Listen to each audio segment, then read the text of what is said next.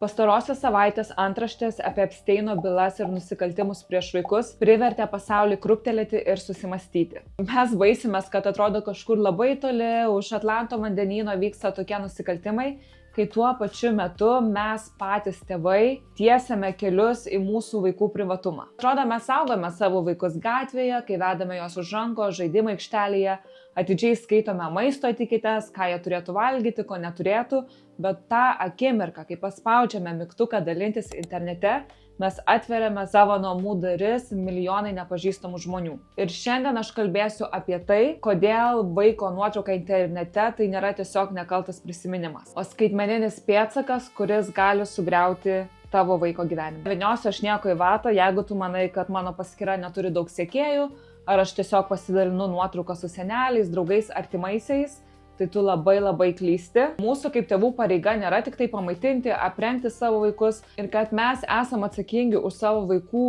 ateitį, kurios jie patys dar tiesiog nesuvokia. Sveiki visi, mano vardas Rūta, aš kuriu video apie gyvenimą Portugalijoje, apie motinystę ir visokias aktualias temas, kurios liečia mane kaip mamą. Pradžioje norėčiau pasidalinti, kaip mes nesąmoningai pasidalinam daug mažų užuomenų internete, kurios labai palengvina kelią visokiem nusikaltėliams susekti ne tik jūsų vaikus, bet ir jūs, kuris gyvenate ir jūsų asmeninį gyvenimą. Tikrai nenoriu skambėti paranojiškai, bet iš tikrųjų buvau tokioje situacijoje, kuri privertė mane labai susimastyti. Tai realiai, kai aš tik atsikrausčiau į Portugaliją, aš tiesiog buvau socialinėse medijose ir pamačiau tokią merginą. Jinai turi gal apie 300 000 sekėjų, kur yra tikrai nemaža auditorija. Ir aš žiūriu, ten dalinasi mano rutina su sūneliu, bla bla bla. Ir aš atpažinau, kad jinai gyvena mano rajone. Ir po to pradėjau žiūrėti kitus jo video, nužiūri tikrai ir tą pati parduotuvė, tą pati žaidimo aikštelė, ir tas pats paplūdimys. Tiesiog man tokia mintis priego, o geras, tai kažkur ant čia visai šalia turbūt gyvena. Ir tada po kelių mėnesių, gal net beveik po pusę metų, aš vaikščiau prie jūros ir tenai sustojau žaidimo aikštelę, pradėjau žaisti su savo sūneliu ir tada kitas berniukas atėjo ir aš žiūriu ir galvoju, kur man tas vaikas matytas. Ir galvoju, tikrai ne mūsų draugų, nepažįstamas. Ir po to suvedžiau galus, kad tai buvo tos merginos. Ir realiai tą akimirką supratau, kad aš tiesiog scrollinau kaip pati viena ten iš jos sekėjų ir suvedžiau galus, kad čia yra jos sūnus. Ir apsidairiau aplink, jos nebuvo, tai turbūt buvo su auklyte ar su kažkokiu šeimos nariu. Bet aš supratau, kad aš paprastas žmogus visai netyčia, taip suvedžiau galus, kad mes esam beveik kaimynės. Tai aš realiai pagalvojau, jeigu žmonės, kurie turi tikrai kažkokių blangų intencijų, kaip yra lengva susekti ir surasti, kur jūs gyvenat, kur gyvena jūsų vaikai ir taip toliau. Realiai, kai jūs pasidalinat nuotrauką vien iš aplinkos, galima susekti, kokiam rajone gyvenat, į kokią kavinę einat ir neduok dievę pasidalinat kažkokią akimirką iš darželio ar kažką, tai čia iš vis yra sekundžių reikalas sužinoti, į kurį darželį eina jūsų vaikas. Tai dėl to sakau, kad tikrai turėtume dalintis kuo mažiau arba geriausiu atveju iš vis nesidalinti jokia informacija apie savo vaikus ir nekelti jų veidų, jokių nuotraukų, jokių video, nieko. Tada sekantis dalykas, kuris kažką irgi užkabino manyje ir galvau, kažkas čia yra ne taip, tai realiai pastebėjau, kad kai jūs esat socialinėse medijose ir matot kažkokius video su vaikais, kreipkite dėmesį, kiek kartų įsisaugo tuos video. Ir aš tą galvoju, koks suaugęs žmogus įsisaugotų vaikų video. Tai čia ir atsiranda ta problema, kad mes nežinom, kas slepiasi už tų usernames vadinamų, už tų vartotojų. Ir jeigu paskaitytumėte komentarus, irgi jų yra tokių keistų, kur tikrai susinepatogini. Ir tai čia yra dar viena iš priežasčių, kodėl mes turėtume nekelti tų video.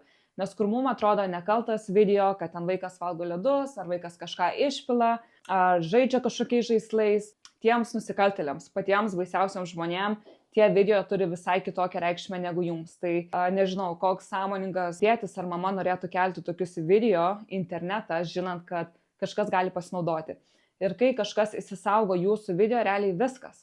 Jūs prarandate į jį teisę į tą video, nes bet kas gali panaudoti jūsų vaiko veidą. Ir šiais laikais su dirbtiniu intelektu jūs tikrai puikiai žinote, kad galima nueiti į labai tamsias lankas ir pernaudoti jūsų vaiko veidą visokiose video, fotografijose ir kur jūs turėsite nulį kontrolės ir negalėsit sukontroliuoti, kur tas video eina, kino rankose jis atsiduria. Tai yra dar viena labai svarbi priežastis, kodėl neverta kelti nuotraukų ir video į internetą. Sekantis dalykas. Kartais man atrodo, kad vadinami influenceriai naudoja savo vaikus kaip aksesuarą. Ką turiu omeny? visokie outfitčiukai, ten diena su mano mažaja, mažuoju, ten keliauji, rubeliai, la. Jeigu tu nori būti influenceris ar tiesiog kurti savo kažkokį prekinį ženklą, kurkis apie save, nedaryk savo vaiko savo prekinių ženklų. Ta prasme, man atrodo, čia yra taip savanaudiška, nes realiai vaikas, jisai net nesuvokia koncepto, kas yra internetas. Ir manau, yra nesąžininga tavo vaiko atžvilgiu tą daryti, nes tu realiai net nežinai, kuo tavo vaikas bus ateityje. Ir aš manau, tu mažiausiai norėtum, pagalvok apie save, kad dabar, tarkim, tu daraisi karjerą, ten būti daktaru, teisininku. Ir staiga iš kažkur atsiranda video, kai tavo gal 2 metukai ir tu mokysi ant puodelio daryti, ar tu kažkaip juokingai valgiai visas mozojas ir kur tikrai gali pakenkti tavo reputacijai. Tai vien dėl to neturėtume to daryti, kad vaikas turėtų savo pasirinkimo laisvę, kai jis jau ta paaugliu ir sąmoningu supras, kas iš viso yra internetas, gal jis iš vis nenorės būti toje viešoje erdvėje. Sekantis dalykas, manau, tai šito galiu sulaukti šiek tiek neigiamų komentarų. Bet realiai asmeniškai aš esu prie ir dalintis nuotraukos ir video su artimaisiais. Tuoj paaiškinsiu, kodėl. Aišku, yra visai kitokia situacija, kai jūs gyvenat kitoje šalyje ar kitame mieste, mes norim kuo daugiau dalintis. Bet čia noriu pateikti šiek tiek statistikos, kad Europos tarybos duomenimis net nuo 70 iki 85% nusikaltėlių, kurie pasinaudojo vaikais, man net liežuvis neapsiverčia, tie nusikaltėliai, kurie panaudojo seksualinę prievartą, dažniausiai yra iš jūsų artimųjų ratų. Tai gali būti šeimos nariai, kaimynai, treneriai, mokytojai ir taip toliau. Tai realiai, kai jūs nekaltai pasidalinat nuotrauką su močiutėm, seneliais, draugais ir taip toliau, yra labai lengva paspausti mygtuką forward, kuris persisius ir vėlgi tas tinklas gali taip greitai išplisti.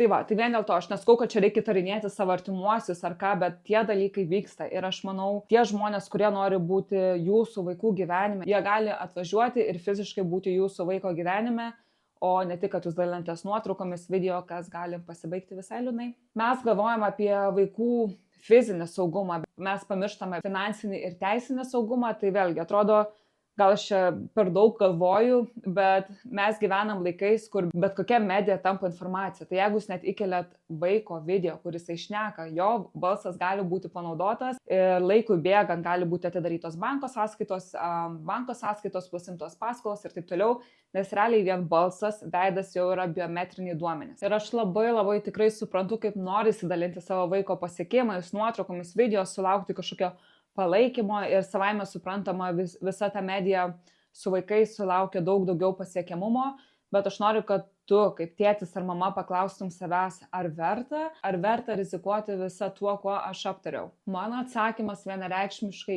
yra ne. Vaikams yra ne vieta būti socialinėmis medijomis. Ir atrodo, vėl grįžtam prie tos temos Epsteino visų bylų, kur buvo pasinaudojama daugiau negu 100, gal net 1000 vaikų.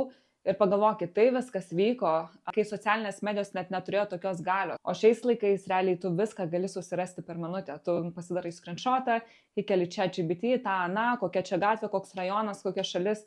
Viskas. Ta prasme, ta informacija išeina ir tu jas nebesusigrąžinsi. Kad ir kaip tu norėtum dalinti savo mylimais vaikais, labai prašau pagalvoti apie jų saugumą, apie jų ateitį ir tai tikrai būtų pats geriausias sprendimas jiems. Tai ačiū labai, kad žiūrėjot šitą video, tiesiog man šita tema pasirodė labai aktuali ir ypač aš pati, kai matau draugai ir artimieji dalinasi savo vaikais ir man toks kyla klausimas, kam to reikia, kam tu bandai kažką įrodyti. Ta prasme, čia yra tavo pats didžiausias gyvenimo turtas, kurį turėtum saugoti iš visų jėgų ir aš irgi kartais pagalvojau, čia keistas pamąstymas, bet kai tu keli nuotrauką, kad sulauktum tų laikų ir taip toliau, bet įsivaizduokit, jeigu jūs einat viešoj vietoje ir prie jūsų pradeda eiti žmonės ir sakytų, gražus outfitukas, gražus vaikas, koks mielas vaikas.